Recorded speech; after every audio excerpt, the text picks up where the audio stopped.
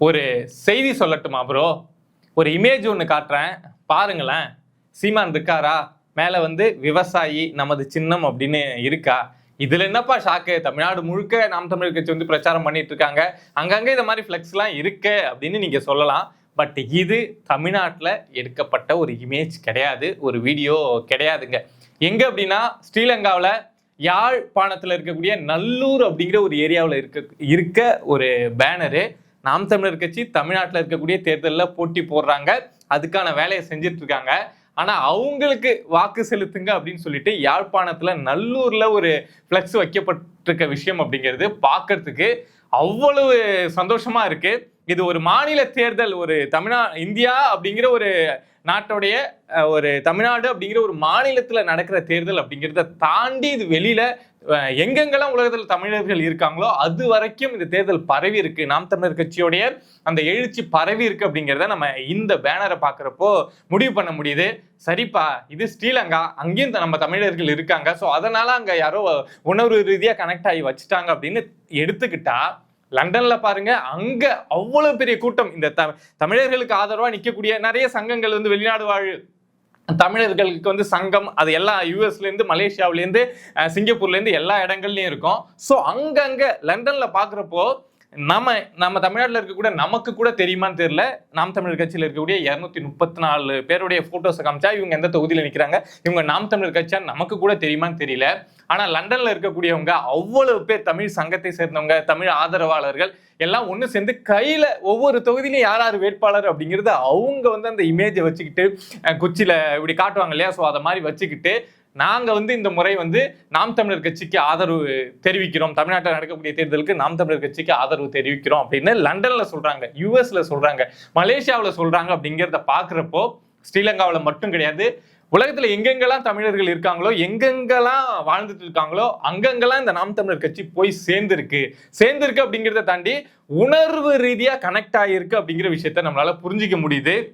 So இங்க சீமான் அவர்கள் வந்து பேசுறாங்கல்ல, இவர் பேசுறதுனாலப்பா என்னப்பா நடக்குது, என்ன பயன், என்ன சாதிச்சிட்டார் அப்படின்னு கேட்கிறவங்களுக்கு எல்லாம் பதில் சொல்ற மாதிரி இந்த விஷயங்களை பாக்குறப்போ உலகம் முழுக்க இருக்கக்கூடிய தமிழர்களை ஒரு ஒற்றை புள்ளியில இணைக்கக்கூடிய ஒரு நபரா சீமான் அவர்கள் இருந்துட்டு இருக்காங்க அப்படிங்கிற விஷயத்த நம்மளால புரிஞ்சுக்க முடியுது. இங்க தமிழ்நாட்டில் இருக்கக்கூடிய தமிழர்களுக்கு அவங்க நாம் தமிழர் பேசக்கூடிய அரசியல், சீமான் அவர்கள் பேசக்கூடிய அரசியல் புரியுதா, முக்கியத்துவம் புரியுதா அப்படின்னு தெரியல.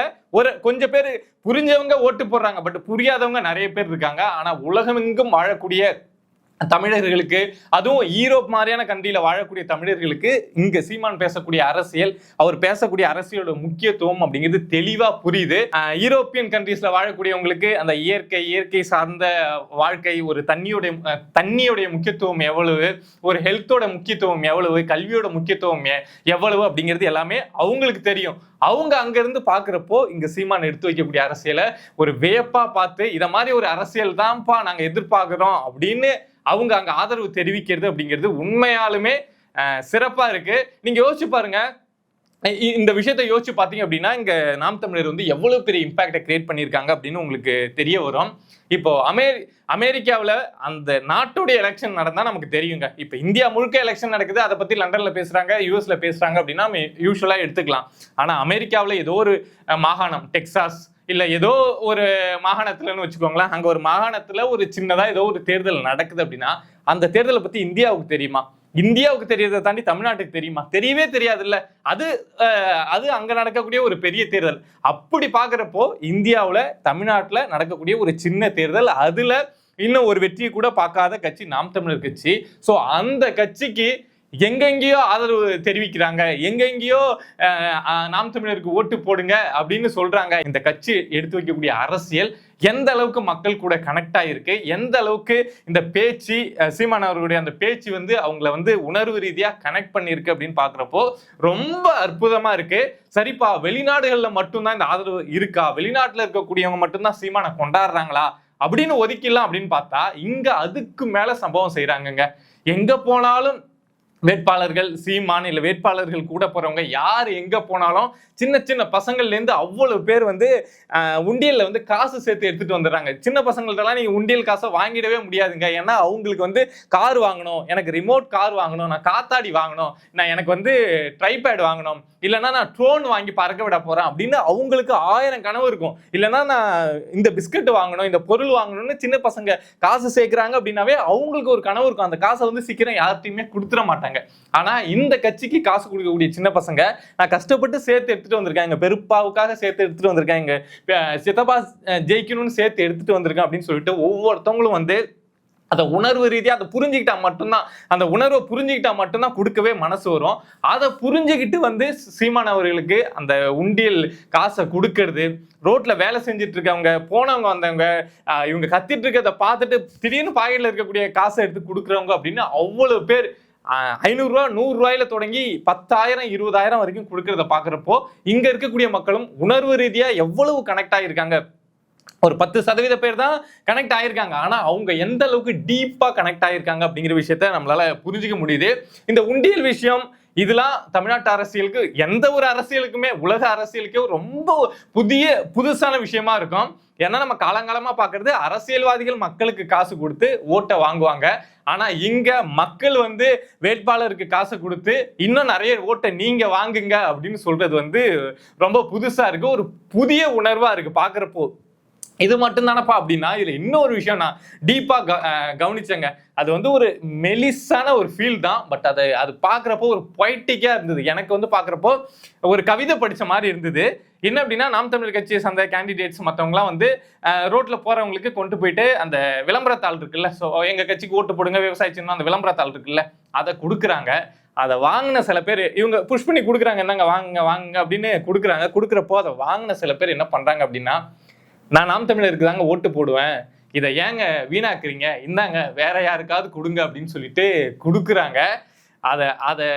அந்த ஃபீல் இருக்குல்ல, அது வந்து அத மாதிரி ஒரு மனுஷன் செய்ய முடியும் அப்படின்னா நாம் தமிழர் கட்சி எவ்வளவு உழைக்கிறாங்க, அவங்க பணத்துக்கு எவ்வளவு கஷ்டப்படுறாங்க அப்படின்னு அதை உணர்ந்துனா மட்டும்தான், அந்த அக்கறை இருந்தா மட்டும்தான் அப்படி செய்ய முடியும். அதே நபர் ஒரு 10 ரூபா காசு எங்கேயாவது ஒரு 10 ரூபாயை அலட்சியமா செலவு பண்ணக்கூடிய நபரா இருப்பார். இந்த விளம்பரத்தால திருப்பி கொடுக்க கூடிய நபர் ஒரு 100 ரூபாயை கூட அசால்ட்டா செலவு பண்ணக்கூடிய நபரா இருப்பார். ஆனா இங்க இந்த இடத்துல வரப்போ அவங்களுடைய உழைப்பு, அவங்க அதுக்காக எவ்வளவு சிரமப்படுறாங்க அப்படிங்கிற விஷயத்தை புரிஞ்சுக்கிட்டு அந்த 2 ரூபா மிஞ்சி போனா ஒரு 2 ரூபா இருக்குமா ஒரு விளம்பரத்தால, அதை வாங்கி நம்ம வேஸ்ட் ஆக்கிட கூடாது, அவங்க அவ்வளவு உழைக்கிறாங்க அப்படின்னு சொல்லிட்டு அதை திரும்பி நான் நாம் தமிழருக்கு தான் ஓட்டு போட போறேன், எனக்கு ஏன் நீங்க அதை கொடுத்து வேஸ்ட் ஆக்குறீங்க அப்படின்னு சொல்லிட்டு அதை திரும்ப கொடுக்குற அந்த மெல்லிய அந்த உணர்வு இருக்குல்ல, அதை பாக்குறப்போ அந்த வீடியோஸ் எல்லாம் பாக்குறப்போ எனக்கு வந்து ஒரு கவிதை படிக்கிற மாதிரி இருந்துச்சுங்க. இந்த தேர்தல் ஆணையம் மட்டும் ஓரளவுக்கு நேர்மையா செயல்பட்டாங்க அப்படின்னாவே இந்த முறை நாம் தமிழர் கட்சியோடைய எழுச்சி அப்படிங்கிறது பெரிய அளவுக்கு இருக்கும் அப்படிங்கிறத களத்துல நடக்கக்கூடிய விஷயங்களை பாக்குறப்போ நம்மளால புரிஞ்சிக்க முடியுது. கூட்டம் கூடுறாங்க அப்படிங்கிறத தாண்டி கூட்டம் யாருக்கு வேணாலும் கூடலாம், ஆனா அந்த உணர்வு ரீதியா கூடுற கூட்டத்தை பாக்குறப்போ ஒரு பெரிய எழுச்சி நாம் தமிழருக்கு இந்த தேர்தலில் இருக்கும் அப்படின்னு நம்மளால கண்கூடா பார்க்க முடியுது. ஆனா இந்த தேர்தல் ஆணையம் ஓரளவுக்காவது நேர்மையா நடந்துக்கலாங்க. இங்க உலகத்துல ஒரு வழக்கம் அப்படிங்கிறது உண்டு. என்ன அப்படின்னா, ஒருத்தன் ஒரு குற்றம் செய்யறான் அப்படின்னா அதை எப்படி அவன் குற்றவாளி, அவனுக்கு தண்டனை எல்லாம் கொடுப்பாங்க அப்படின்னா ஆதாரத்தின் அடிப்படையில தான் கொடுப்பாங்க. ஆனா இந்த தேர்தல் நடத்தை விதிமுறையில வந்து ஆதாரத்துக்கு மரியாதையே கிடையாது போல. குறிப்பா சொல்லணும்னா இந்த பணப்பட்டுவாடாலாம் இருக்குல்ல, அதுக்கெல்லாம் ஆதாரத்துக்கு மரியாதையே கிடையாது போல. இங்க இந்த தொகுதியில செந்தில் பாலாஜி தொகுதியில இந்த ஏரியாவில் இந்த லொகேஷன்ல அப்படின்னு சொல்லிட்டு வீடியோ எடுத்து இத மாதிரி செந்தில் பாலாஜி தொகுதியில கோயம்புத்தூர் தெற்குல வந்து 5000 ரூபாய் கொடுக்குறாங்க அப்படின்னு சொல்லி எடுத்து போடுறாங்க. வேதாரண்யத்துல OS மணியின் தொகுதியில வந்து 2000 ரூபாய் கொடுக்குறாங்க, 10,000 ரூபாய் செக்கு கொடுக்குறாங்க அப்படின்னு சொல்லிட்டு கையங்களவுமா வீடியோ எடுத்து போடுறாங்க. ஆனா இந்த தேர்தல் ஆணையம் அதுக்கு என்னத்துக்கு அப்புறம் வச்சிருக்குன்னு தெரியல. பணப்பட்டுவாடா அப்படிங்கிறத லீகலைஸ் பண்ணி விட்டுட்டு போயிடுச்சு அப்படின்னா பிரச்சனை கிடையாது. மக்கள் வந்து போட்டி போடுற கட்சிகளும் அந்த மைண்ட் செட்டுக்கு வந்துருவாங்க, அது லீகலான விஷயம் அப்படின்னு வந்துருவாங்க. அவங்களும் ஐயோ அவன் பணம் கொடுக்குறானா இவன் பணம் கொடுக்குறானான்னு பார்த்துட்டு இருக்க தேவையில்லை. அது சட்டவிரோதமானது, அதை செய்யக்கூடாது அப்படின்னு இந்த தேர்தல் ஆணையம் என்னென்னத்தெல்லாம் சொல்லுதோ அது எல்லாமே தேர்தல் களத்துல நடக்கிறது கூட பிரச்சனை இல்லை, அது மாதிரி குற்றங்கள் நடக்கும் தான். ஆனா அது ஆதாரபூர்வமா அவ்வளவு பேர் வந்து எடுத்து அனுப்புறாங்கல்ல, இது நடந்திருக்கு அப்படின்னு. ஆனா நீங்க நடவடிக்கையே எடுக்க மாட்டீங்க அப்படின்னா அதுக்கப்புறம் என்னத்துக்கு அது மாதிரி சட்டங்கள் அப்படிங்கிறது உண்மையாலுமே ஒரு கேள்வியா இருக்கு.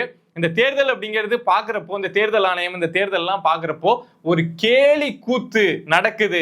சோ அந்த கேலி கூத்துல இங்க உண்மையான நபர்கள் வந்து சண்டை போட்டு போட்டி போட்டு மேல வர வேண்டியது இருக்கு அப்படிங்கிறத நம்மளால புரிஞ்சிக்க முடியுது.